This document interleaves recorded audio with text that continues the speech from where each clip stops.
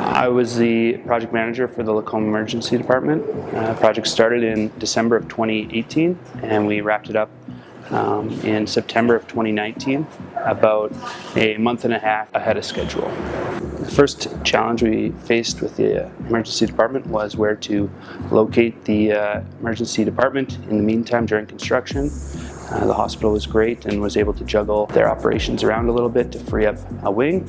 We had to do some infrastructure upgrades, temporarily run some med gas, as well as some hand wash sinks, but we were able to move the entire department in there seamlessly and get going on to demolition.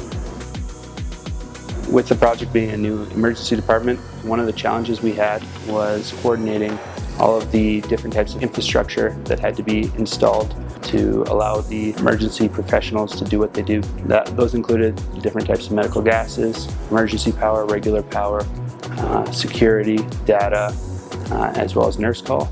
There was just so much infrastructure that needed to be installed in these walls, so we needed to coordinate that and make sure that everybody had enough room to run what they had to do in those walls. So we managed that by having sub-trade meetings and daily huddles at the beginning of the day. In the successful completion of any project, it's so important to have quality trades on board. And we were very fortunate on this project that all of our trades knew the important environment that we were working in and worked hard to work together as a team, as well as coordinate with the hospital staff and as well as other trades to ensure that the project was a success. I just want to take this opportunity to thank all the sub-trades, the owner, Alberta Health Services, as well as the consultant team for contributing to a successful project.